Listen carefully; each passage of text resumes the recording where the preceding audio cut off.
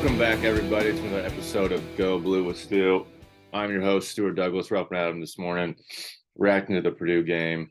Got my morning coffee. You're watching on video. It was an interesting game, to say the least. 75-70. Purdue controlled most of the second half. Michigan came out hot. Scoring. I think they had 13 points in the first 4 minutes, maybe even less. Looking like they were just going to roll through Purdue's defense, which just doesn't happen. So, you're waiting for the shoe to drop there. But I thought overall, before we get into some specifics, thought overall they looked pretty good. They looked, about on top of their game as they have all year. Not as good as the Maryland Penn State games, but they competed, right? It's the story of the season is they compete and that they're close. I don't know what the numbers are anymore on losses within 5 points or something. They were leading the country in that beginning of the year or midway through the year. Another loss by 5 points or less. So it's again, 0-7 in quad one wins. Now they really needed this, I think, to turn around their season, barring a Big Ten run, a Big Ten championship, Big Ten tournament championship, or just winning out, 10 games for the rest of the season. Well, they have 12 games now, so going 10-2 for the rest of the year. I don't know exactly what the schedule is, but that barring that, it's not looking great. They're still improving. They're still getting there, but I think everyone really wanted this. I think this was a big, even though they're playing the number one team, I think as a player, you're damn, you're in the locker room saying we had this, it was right there. We were so close. Why? It's kind of a lonely feeling, even though you're experiencing it with your teammates. You're all confused as to what's going on. Why can't we just turn the page and win these games? I mean, there's a lot of reasons. I could go through a lot of reasons why that's not happening. Overall, not having Jet, you saw it play out with the spacing. They were scoring to begin the game pretty well, but the spacing towards the end, I mean, Joey was the only one that was able to hunt threes, and I think Jet would have put a lot of pressure on their defense. We can play what ifs all day, but if you have Lawyer or Braden Smith are not guarding Jet or Kobe, they're just not doing it. Kobe started to go off, had a string of baskets in the second half. Morton came in and stuck on him and did a really good job, along with some help side, but of guarding Kobe and kind of force him into. They say tough shots. It was not the toughest shots, but not easy shots. He wasn't making Kobe's life easy. And Kobe, I don't know if he scored in the latter part of the second half.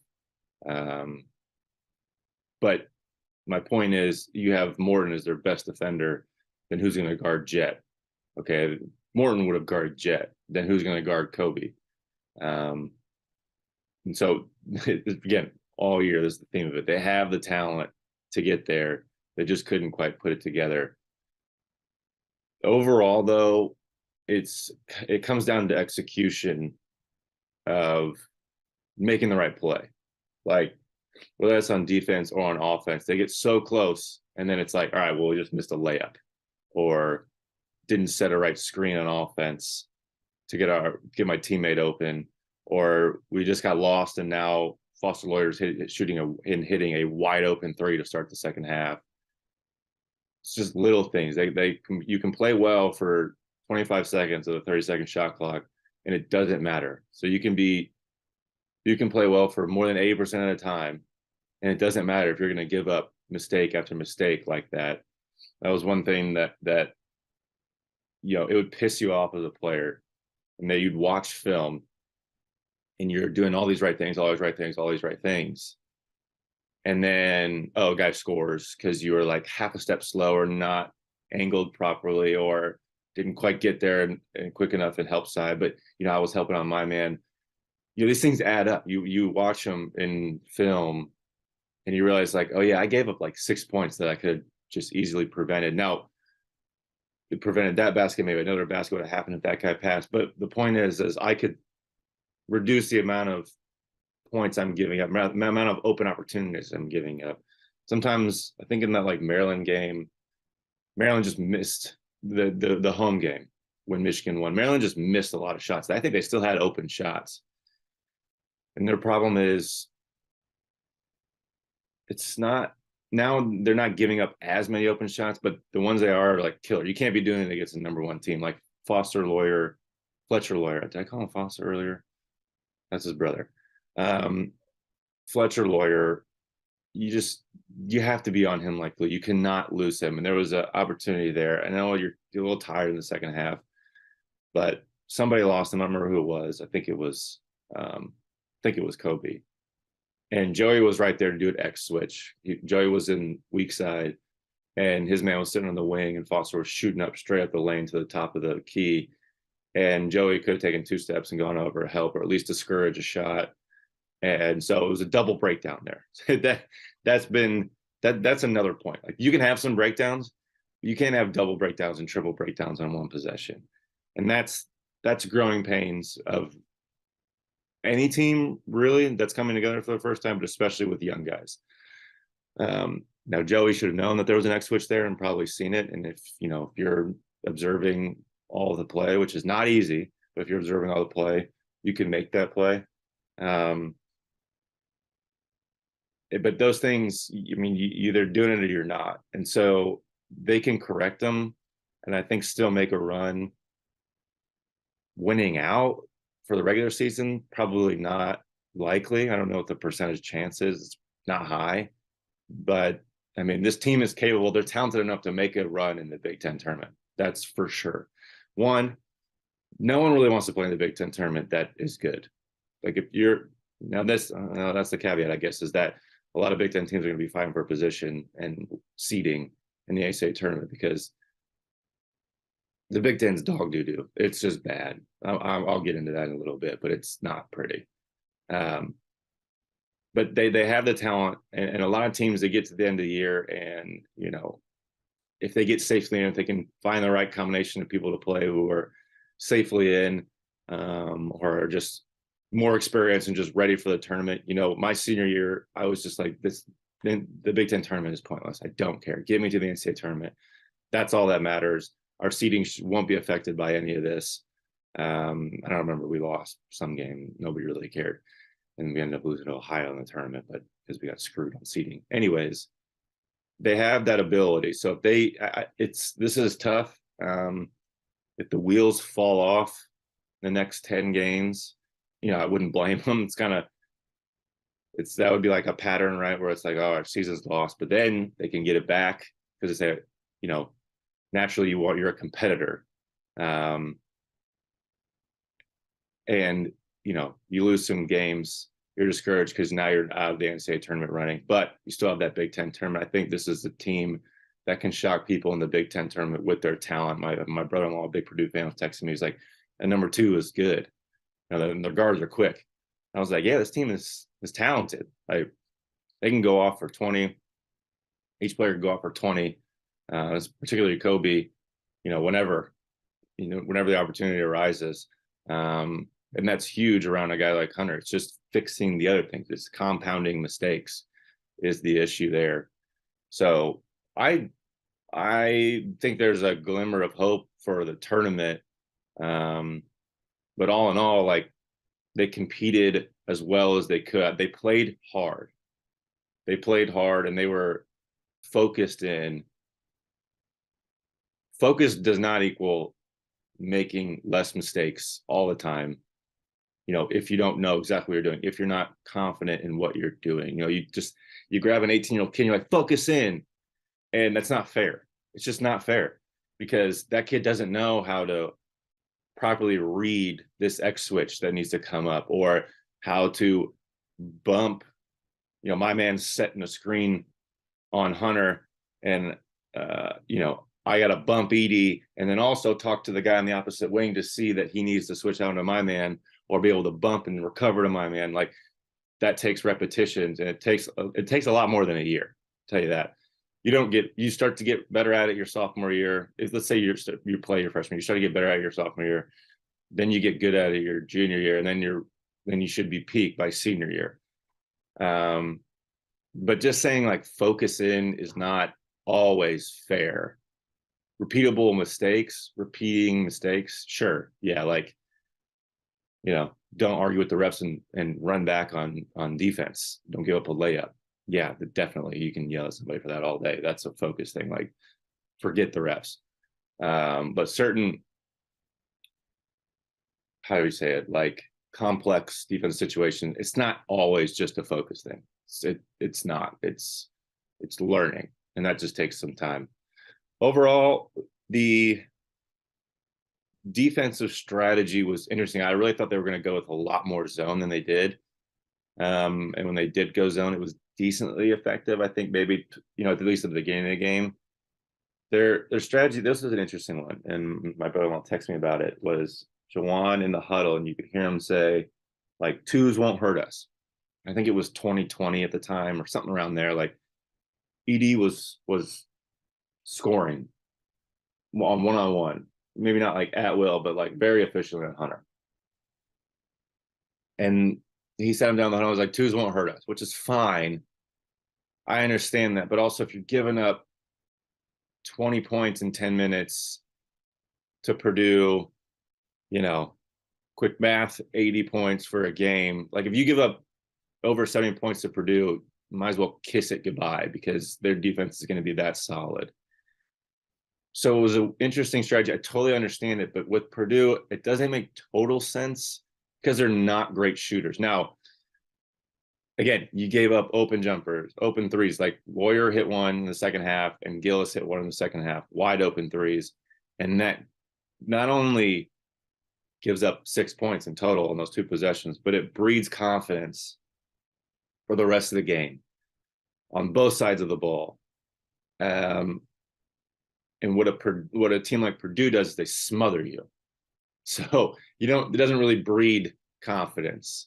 I think our guys took confidence because, like, Kobe made plays and Hunter made some plays. Like, they took it, but they're not going to give you those opportunities to breed confidence. I hope that makes some sense. So that strategy there was interesting, that twos won't hurt us. I get that because, analytics say that, but also Purdue can be streaky, and there's certain guys. Purdue has weaknesses.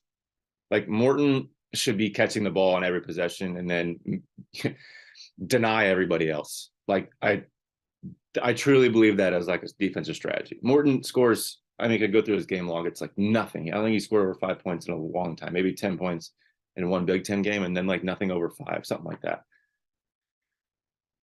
There's certain strategies there that are, it's tough to employ because Purdue has a lot of movement. But definitely in that second half, like, you can start keying in on guys more. In the first half, everybody has more energy and they execute a lot more. In the second half, you start slowing down, execution gets worse. You can start keying in on certain defensive strategies that you want to employ. I don't know. It was I thought they didn't make Braden Smith do enough. I thought they should have made him shoot over 10 times at least. I haven't seen a floater from Braden Smith all year, but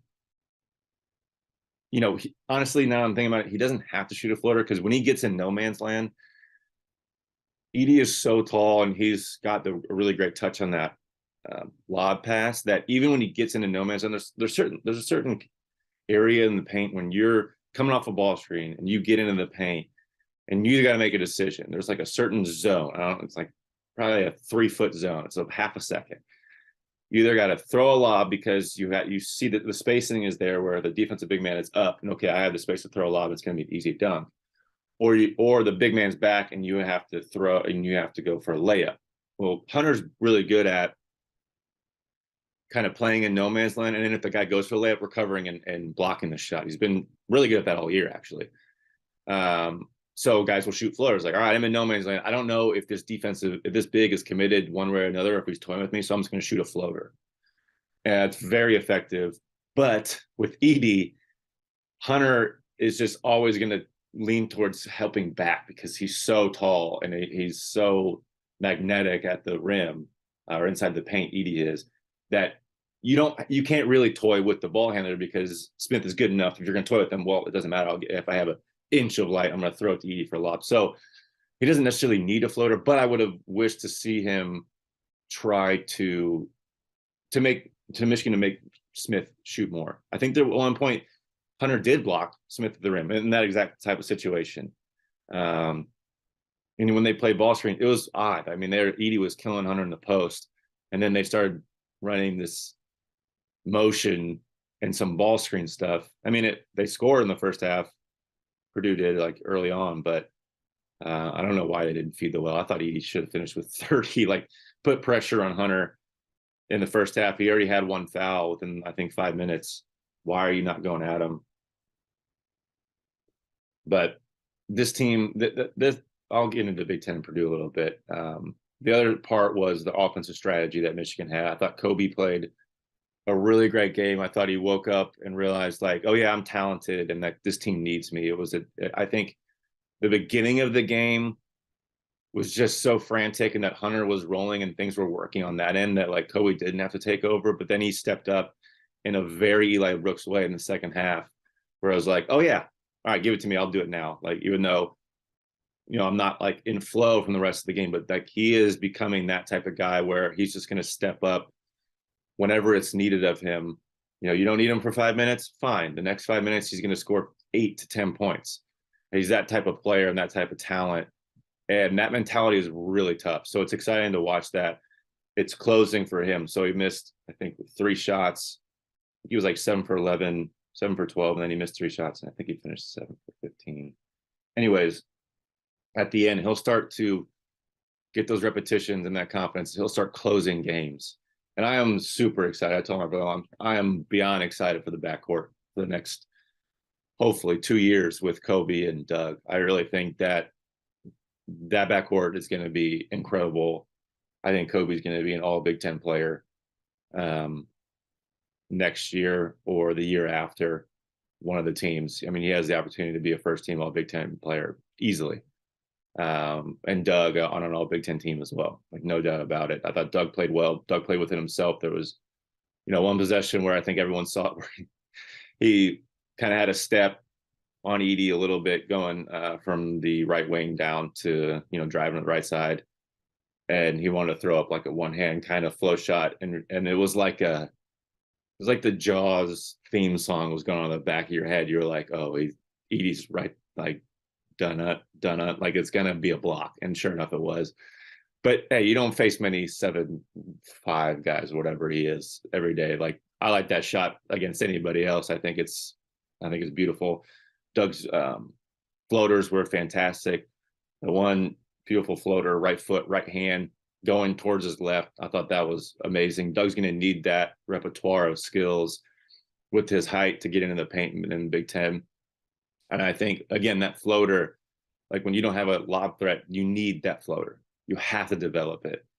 And he already started it early, so it's only going to get better. And then that decision-making is like, floater, okay, shot the floater. Okay, now I know, like, they know I'm going to shoot the floater now. This is my shot. Boom. I'm bounce pass, direct pass, or lob to the big man. Now it's easy layoff. Hunter's not the lob threat that Edie is. So these floaters are really effective. Kobe's a different type of guy. He likes to get more straight to the rim. He's a little more, he can play at the rim, a lot more athletic. But even then, I think it would be good for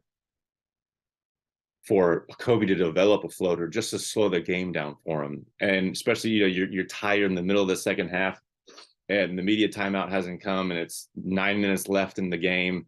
That 12-minute media timeout hasn't come. You've been playing 7 straight minutes up and down. That floater is very effective. Like, I don't have that strength and bounce to get to the rim anymore. Let me just seal my man off and let me just shoot a nice little easy floater, minimal effort. That's what I love about floater. You don't expend as much energy as anything else, any other shot in the game of basketball. Like, not even a layup. I can expend so much less energy on a floater. So it's very effective in multiple ways there. But Offense was good. I thought they should have played through Hunter more. My last point on their offense is that Hunter was destroying Edey on these spin moves. It was jab, one step sweep every time he was going to go left, and then he was going to spin. And Edey was a lot slower on that than I thought, actually, way slower on the perimeter than I thought. And I actually didn't think he was like 7'5", so he's just way taller, and it's hard to look around that body. But I loved them getting Hunter in the middle of the court because they've been dealing with this all year. This comes back to the game.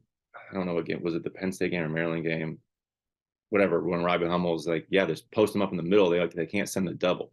They've been sending doubles at Hunter all year. I mean, they sent Edey to go double Hunter when First was guarding him, and Bill Raftery laughed that it was the tallest double in the country. And so like they don't care if like I guess Purdue sends doubles, but like they're gonna be sending doubles all the time. So it was great to see Hunter in the center third of the court going to work, because that help side, that double is damn near impossible, because like, okay, who goes? Do you go on the left wing? Do I go on the right wing? Like, who's gonna go? It's a hard strategy. And they put a lot of pressure on Edey. I thought if they could have gotten him in foul trouble, woulda, coulda, shoulda, that would have helped a lot. Now, Kaufman-Renn was killing Michigan. He killed Terrace. I thought Terrace didn't play horrible defense, but killed Terrace. Yeah, 8 points, 4 field goals, like in 9 minutes. That's tough. That kid is aggressive and could be a problem for the Big Ten years to come. He's super aggressive. He's got some talented footwork to boot as a freshman. Like, Purdue just keeps rolling through these big men. So he's going to be one to watch, but they could not handle him, his energy and his footwork. So that's something to watch. But overall, again, they're really close. I want to make a point about the Big Ten. I don't believe in Purdue whatsoever. I mean, I believe in Edey, and I think Lawyer's good, and Smith is good. And the other guys will execute a game plan as well as they can. They're just not talented. They're not talented. And you don't have to be talented to win basketball games, but I think you have to be talented to win a national championship. And this team, I think, is ripe for a letdown in the Sweet 16 or round of 32.